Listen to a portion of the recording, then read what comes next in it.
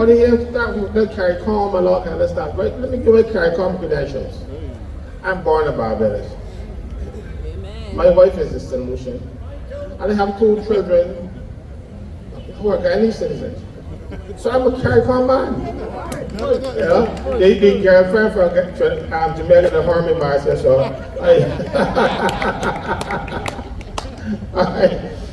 So I didn't do anything in Jamaica. But seriously though, they said very few are gathered in this name. This sounded for you know that.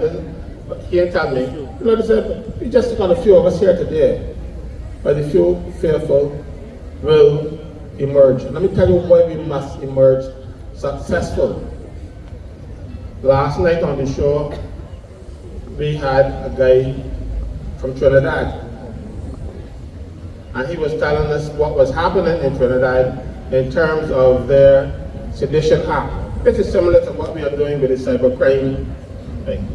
In Guyana, the show before, we realized that a talk show host, and the whole Marcia does on the weekend and 4 days a week. Similar situation with Marcia. And what happened? Somebody called in on his show and said something, and they arrested the moderator, the MC, or whatever he called himself. And I saw him in handcuffs. He's out on bail now. Compliments of the Cybercrime Act of Guyana. We have similar provisions in ours. So when the little stupid boy, I don't want to do that. When the little almost senator, you know, he was almost a senator, got up at the meeting in Christchurch and said, this act, this bill is supposed to protect the ministers. He said that he was their guest speaker speaking at their meeting. And none of them pulled the plug or get up and say, well, you know, he's young and he get excited and stuff. That came from their hearts. They want to shut us up. That is why the cybercrime bill is so important and so vital. It's part of their arsenal to unfair us. But why would you want a government? Why would you elect a government to take advantage of you? Why? That is not the role that we elect them. I can't say we, why I vote for them. But you all. That is not the role that we expected a government to assume. Everything that this government has done, it has done for the benefits of themselves, their friends and family. From inception, the very first piece of legislation that was passed over there when Mayor became Prime Minister was to get one of her girlfriends and Tom Adams' son into the Senate. I say girlfriend because she's a girl. I ain't casting aspersions or anything. I'm saying because if it was a boy, I would say she's one of her boyfriends because that's her friend. As long as I'm clear.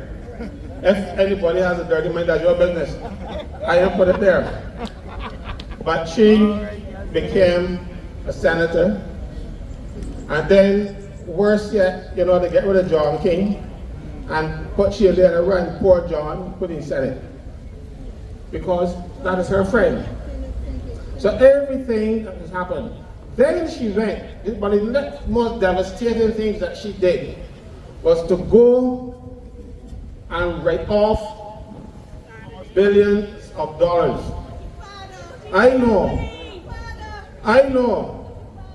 that there were billions because I went into the registration department myself and I sat down and they started totaling up the principal, not the interest and penalties on that debt. And when they got to $1 billion, I stopped. But you know, government is charged 1% per month. So we have 1% per month for all those years. The principal would have been very small to compare with the penalties and interest, going back from 1968. Because some people close to them in paying the taxes between 1968 and 2000. 1968 and 2000. And then the Prime Minister came to the country and lied. Let you feel bad about that. I'm calling her a liar. She's a liar! She came to the country and said that it was hard to find the documents to go after those people, so that's why they had to write them off. You hear, I just tell you, like a registry, there are some big books, total about my, so three to put together about my weight. Big books, they're lost.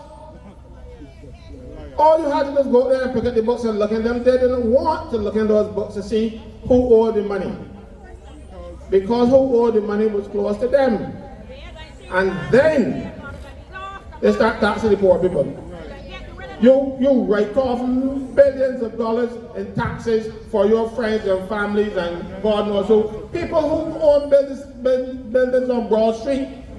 I'm not going to call any names, but who own buildings on Broad Street was one of the people who got their loans written off. Courts, who owed $35 million in principal, got their debt right off. 35 million, not 35 cents or $2,500, and penalties and interest. And I know that for a fact because, you know, things always dropping off trucks.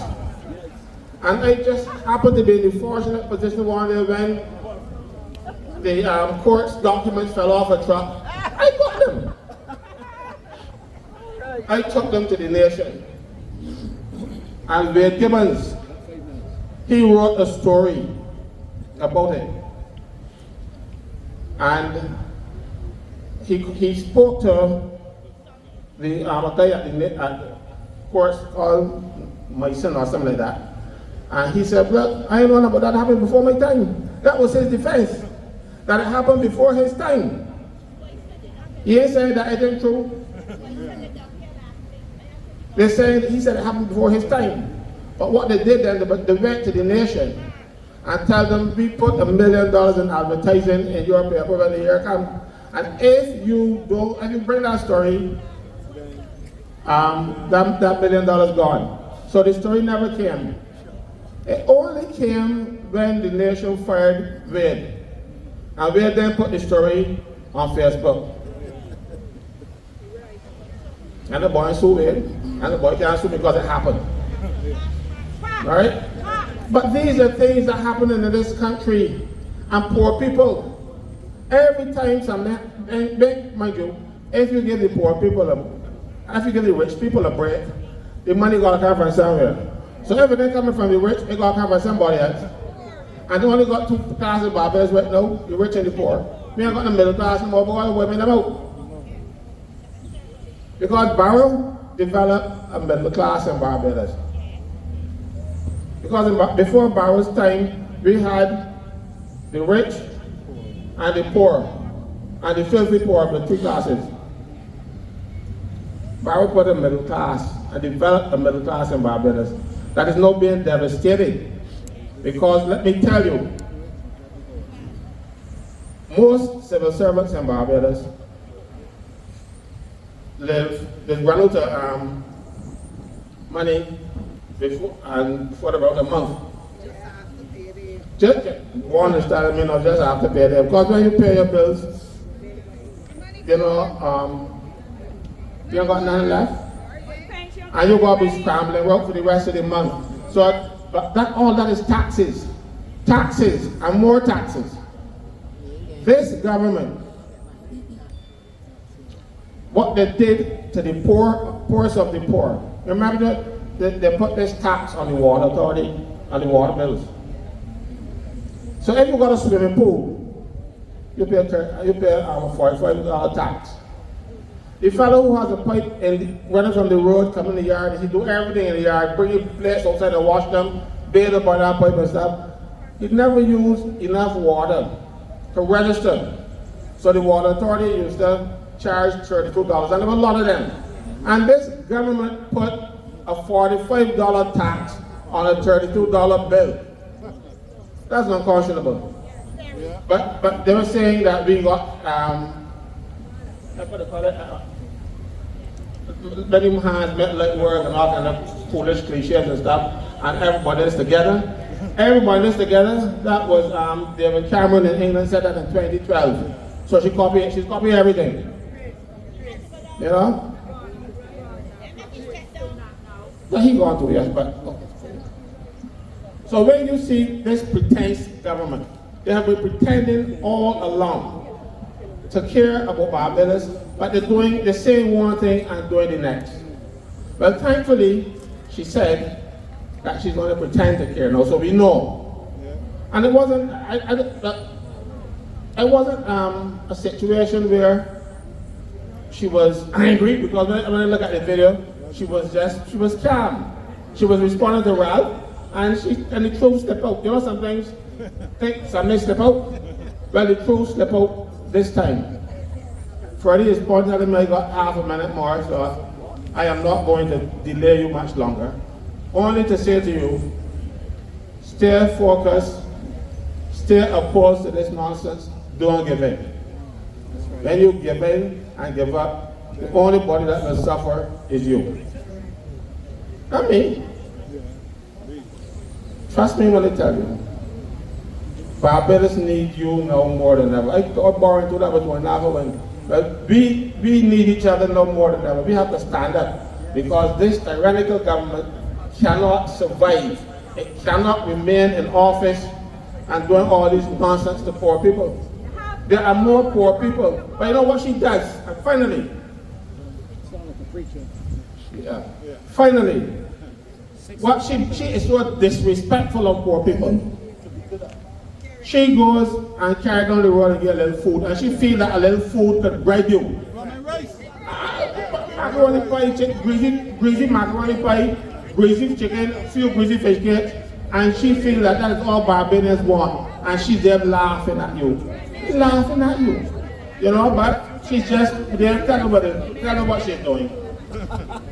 You know? I just